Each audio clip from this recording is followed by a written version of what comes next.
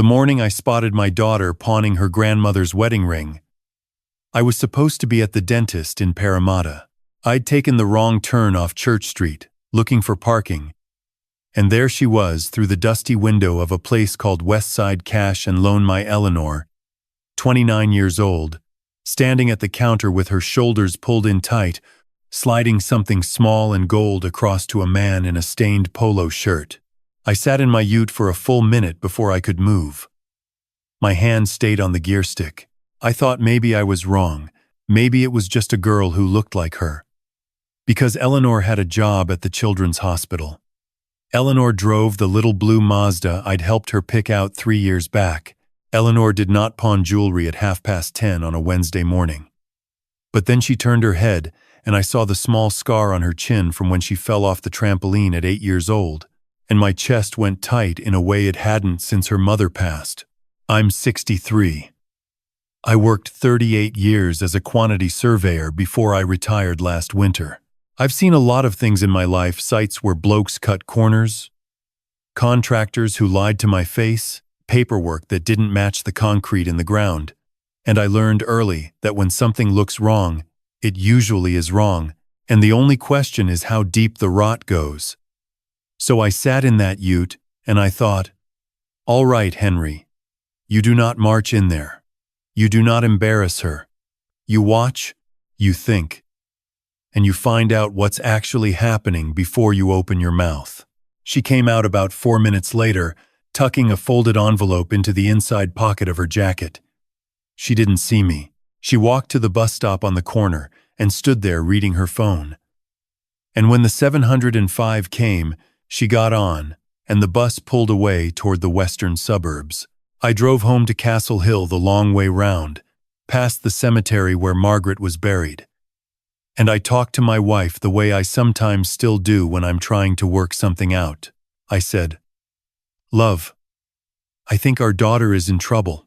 The ring you wore for 41 years, the ring your mother wore before you, the ring you put on Eleanor's hand the morning of her wedding 3 years ago and told her was for keeping, that ring is sitting in a glass case in Parramatta with a price sticker on it.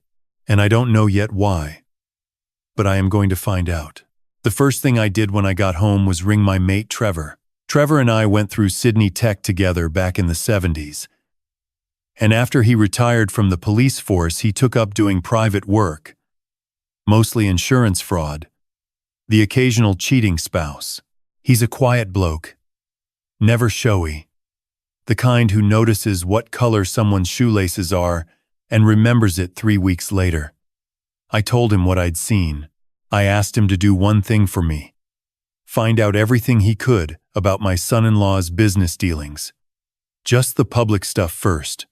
Companies, directorships, anything filed. My son-in-law's name is Damon. Damon Whitford. He's 34. Runs what he calls a consulting firm out of an office in Norwest. And from the day Eleanor brought him home, I'd had a feeling about him I couldn't quite put into words. He was charming in the way salesmen are charming. He remembered everyone's name. He laughed at the right places. He asked after my back when I mentioned it once 2 years earlier. But his eyes never quite warmed up. They stayed measuring. And his mother, a woman called Coralie who lived in a big house in Pennant Hills and sent Eleanor expensive Christmas presents with little cards that said things like, "For our beautiful daughter, who we are still teaching Coralie." I had pegged as trouble within 15 minutes of meeting her at the engagement party, but I'd kept my mouth shut for 3 years. Because Eleanor loved him. Or at least, she said she did. And I'd promised Margaret on her last day that I would not be the kind of father who tried to run his grown daughter's life. I would be there when she needed me, and I would stay quiet when she didn't.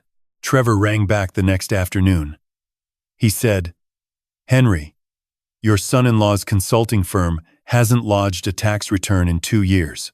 He said there are 3 companies registered to the same address with different names, but only one director listed across all of them, Damon." He said, "Mate, I haven't even looked hard yet, and there are red flags everywhere. Do you want me to keep going?" I said yes. Then I rang Eleanor. I kept my voice ordinary. I said, "Love, your old dad's been at home too much lately. Why don't you and the little one come round Sunday for a roast? I'll do the lamb the way Mum used to." There was a long pause on the line. I could hear my grandson Felix in the background, 4 years old, asking who it was. She said, "Dad, I'd love to, but Damon's got a work thing on Sunday, and I'm not sure I can get away." I said, "Bring Felix then. Just the two of you. I'll pick you up." Another pause. Longer. Then she said, All right, Dad. That'd be nice." When I picked them up on Sunday morning, the first thing I noticed was that Eleanor had lost weight. Not the healthy kind. Her wrists looked breakable. The second thing I noticed was that Felix was wearing shoes that didn't fit him. His little toes pushed right up to the front, and when I asked about it, she said something quick about him growing so fast and the shops being busy. The third thing I noticed, when she reached up to put Felix's bag in the back of the ute, was a yellowing bruise on the inside of her upper arm, in the shape of a thumb and 3 fingers. I did not say anything. I drove us home. I made the lamb with rosemary the way Margaret used to, and I let Felix help me mash the potatoes. And I asked Eleanor easy questions about her work at the hospital and her old uni friend Bridget who'd just had a baby, and I waited. It came after lunch, when Felix had fallen asleep on the lounge, with his head on my old Kelpie's back. Eleanor was washing up, even though I'd told her not to, and she was crying without making any sound. Just tears running down her cheeks into the sink water. I picked up the tea towel and stood next to her and started drying. I said, "Sweetheart," I said, "when you're ready, you tell me. I'm not going anywhere. I'm not going to be angry with you. I'm not going to do anything you don't want me to do. I just need to know what's happening." She put down the plate she was holding. She wiped her face with the back of her wrist. And then, she told me, it had started small. A year into the marriage, Damon had said money was tight. The consulting work was slow. Could she put a bit toward the mortgage from her salary? She'd said yes. Then it was, could she put all of it? Then it was, could she sign the house over, so it was just in his name for tax reasons? His accountant had said it would be better that way. The house, her mother and I had given her $10,000 toward the deposit on. She'd said yes to that too, because by then, he'd been making her feel like every question she asked was an attack on him, every hesitation was proof she didn't trust him. Every time she rang her old friends, he sulked for 3 days and said she was choosing them over her family. His mother had moved in for what was supposed to be a fortnight when Felix was born. She'd never left. Coralie had her own bedroom now, the one that had been meant to be Felix's playroom, and she managed the household budget because Eleanor was too soft with money. Eleanor's salary went into a joint account she didn't have a card for. When she needed petrol or nappies or a coffee, she had to ask, and Coralie would transfer her $30 or $40 and ask for receipts. 2 months ago, the Mazda, the little blue one I'd helped her pick out, had been sold. Damon said they needed the money for a tax bill. Eleanor had asked why she hadn't been told beforehand. And Damon had said, in front of his mother, that if she kept questioning him, he'd start to wonder whether Felix should be in the care of someone so anxious and unstable, and his mother had nodded and said she'd been worrying about exactly that. That was the moment Eleanor understood, properly understood, that they were not just controlling her, they were threatening her with her own son. The wedding ring she'd pawned was the second ring she'd had to sell. The first one was Margaret's eternity band, which had gone 3 weeks earlier, because Coralie had told her the family needed cash for an investment opportunity Damon was setting up, and Eleanor wasn't allowed to know the details because she'd only worry. I listened to all of it. I did not interrupt. When she was finished, I asked her one question. I said, "Do you want to leave him?" She nodded. She was crying properly by then. She said, "Dad, I don't know how. He's got everything. The house, my pay. My passport. He keeps it in a safe in his office. He says it's so I don't lose it. He's told me 100 times that if I leave, he and his mother will testify that I'm an unfit mother and they'll get full custody of Felix. He's got a cousin who's a solicitor. He said he'll bury me. I said, "Love, you listen to me now. You are not going to lose your boy. You are not going to lose anything. You came here today and you told me. And that means it's already started. You just don't know it yet. I want you to do exactly 3 things this week. And then you're going to leave the rest to me. Can you do that?" She nodded. I said, 1, go to your GP and tell her about the bruises. Just tell her. Let her write it in her notes. 2, when you're at work, take photos of every bank statement you can access on the joint account, every text Damon sent you in the last 6 months, anything in writing about money. Save them somewhere he can't see. 3, act exactly the same at home. Don't change a thing. Don't argue with him. Don't argue with her. You smile, you nod, you go to bed when they tell you to. Can you do that for me, sweetheart? Just for 2 weeks. She said yes. I drove them home that evening, and I kissed Felix's hair while he was still half asleep in the back.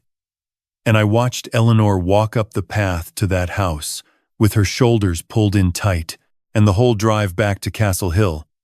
I did not allow myself to feel angry, yet because I knew anger would slow me down. I needed to be cold. I needed to be patient.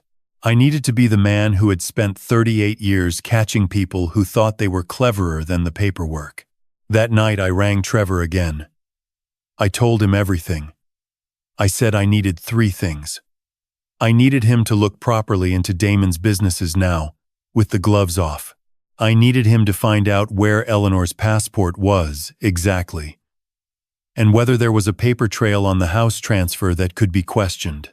And I needed the name of the best family law solicitor in Sydney who handled coercive control cases, because I'd been reading the papers and I knew that since 2024 inches New South Wales, what Damon had been doing to my daughter was a criminal offense on its own, separate from any assault.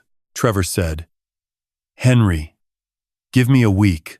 In the meantime, I did something I should have done years ago. I went to see Coralie. I rang her on the Tuesday and said I felt I'd been a poor father-in-law to Damon, that I'd kept my distance too long. And could I take her to lunch on Thursday at that nice place in Bella Vista? She said yes immediately. She liked being courted. She liked the idea of me admitting I'd been the difficult one. We sat down at a corner table. I ordered the fish. She ordered champagne with her lunch at 12:30 in the afternoon, and I let her talk. I asked her about her own life, her own marriage. Damon's father had left when Damon was 12, she said, for reasons I won't go into, and I let her tell me how hard she'd worked to raise her boy alone. How everything she did now was for her family, how Eleanor was a sweet girl but needed firm guidance because she'd been raised without enough structure. That last part was about Margaret. I smiled. I said, "Well, Margaret did her best. She drank her champagne. She told me about the investment Damon was running, a property development in southwest Sydney. Off-the-plan units. Very exciting. Several investors already involved, all family friends. She said it was almost ready to release the returns. She said with the most casual voice in the world that Eleanor had been very generous, very supportive with her contributions. I asked, just as casually, what the company was called. She told me. I asked who the other investors were. She named 4 people. 2 of them were her own elderly sisters in Wollongong. 1 was a retired schoolteacher who lived in the unit next to hers in Pennant Hills. The 4th was a man called Bernie, who I gathered had once played golf with Damon's late uncle. I paid the bill. I drove home. I wrote down every name and every number she'd let slip, and I rang Trevor and gave them to him. Trevor came round to my place on the Friday with a manila folder under his arm and a face that told me before he said a word. He sat at my kitchen table. He said, "Henry, Your son-in-law is running a Ponzi scheme. He said, the property development doesn't exist. There is land, there's a block of dirt out near Leppington that he picked up cheap, but there's no DA, no builder, no architect, nothing. The money he's been collecting from Eleanor and from those 4 other people, and probably a dozen more he hasn't told his mother about, that money is going into one of those 3 shell companies, and from there it's going out to pay returns to the earliest investors, so they keep quiet and tell their friends. And the rest is going to a personal account that's bought a boat in Pittwater and a deposit on a holiday place at Hyams Beach. He said, your daughter's been signing things she shouldn't have been signing. The good news is, she's been signing under coercion, and we can prove it. I said, what about Felix? What about the custody threat? Trevor said, Henry, that man is going to be too busy answering questions from ASIC and the police to worry about a custody case. Once we put what I've got in front of the right people, he'll be lucky to see his own son once a fortnight at a contact center. I said, what about the passport? He said, the solicitor I'm sending you to has handled this exact thing before. There's a process. We get an urgent order. It takes 3 days. I rang Eleanor on the Saturday morning. I said, sweetheart, on Monday I want you to go to work like normal, and at lunchtime I want you to walk out the front of the hospital with Felix's daycare bag and his birth certificate and any documents you have, and I'll be parked across the street. We're going to my solicitor. After that, we're going to the police. Don't tell Damon. Don't tell Coralie. Don't pack a suitcase. Anything you need, we'll get later. Just bring our boy. She said, Dad. She said it twice. She couldn't get any more out. I said, I know. Love. I know. Monday morning I sat in the car park across from Westmead Children's Hospital from 11 o'clock. At 12:47, Eleanor came out the side door holding Felix's hand. He had his little dinosaur backpack on. She'd told them at work she had a family emergency and she'd be back tomorrow. She wouldn't be back tomorrow. She wouldn't be back for a fortnight, while we sorted out the safety side of things. And when she did go back, it would be on different terms. I drove them to the solicitor's office in the city. Her name was Margaret too, Margaret Antonio, 15 years in family law, a small, fierce woman with gray hair who looked Eleanor in the eye for a long time before she said anything, and then said, "You're safe now. We're going to do this carefully and properly. But you're safe now." Eleanor cried for 10 minutes straight. Felix sat on my lap and ate the biscuits the receptionist had given him and asked me why the lady had made his mum cry, and I said, "Mate, the lady's actually making your mum stop crying. It's just going to take a little while to work." That afternoon we did 3 things. We filed an urgent application for an apprehended domestic violence order. We filed for sole interim parenting orders for Eleanor based on the documented coercive control, the medical records from her GP, and the financial abuse. And we lodged a complaint with ASIC and with the New South Wales Police Fraud Squad, with Trevor's folder attached. The order was granted Wednesday morning. By Wednesday afternoon, Damon was served with it at his Norwest office. He could not approach Eleanor. He could not approach Felix. He could not enter the house in Kellyville until further notice. Coralie was named in the order too, on the basis of the documented coercive behavior around money and custody threats. The fraud squad came knocking on his Norwest office on Thursday. They came knocking on Coralie's Pennant Hills door on Friday not to arrest her. She hadn't done what he'd done, but to ask her some very pointed questions about the investment scheme she'd been recommending to her sisters and her neighbor, and to advise her that those 4 people would shortly be filing civil action to recover their funds, and that she might want to seek her own legal advice. Damon was charged 11 days later. Multiple counts of fraud, failure to lodge tax returns, operating an unregistered, managed investment scheme. The coercive control charges came 2 weeks after that. Once the police had finished going through Eleanor's documentation, He was bailed on strict conditions, and he is now, 8 months on, awaiting trial.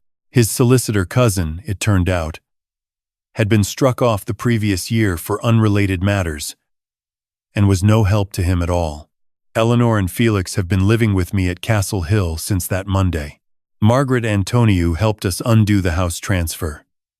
There's a doctrine called unconscionable conduct that applies when one party has used undue influence to extract a property transfer, and Eleanor's medical records and the bank statements made it a clear case. The house in Kellyville is back in her name. She's renting it out for now. She doesn't want to live there yet. She's not sure she ever will. The wedding ring I went and got back from Westside Cash and Loan in Parramatta the day after we filed the order. I paid the $430 they'd lent her on it, plus the interest. And the bloke behind the counter, same stained polo shirt, said, "Mate, I had a feeling about her when she came in."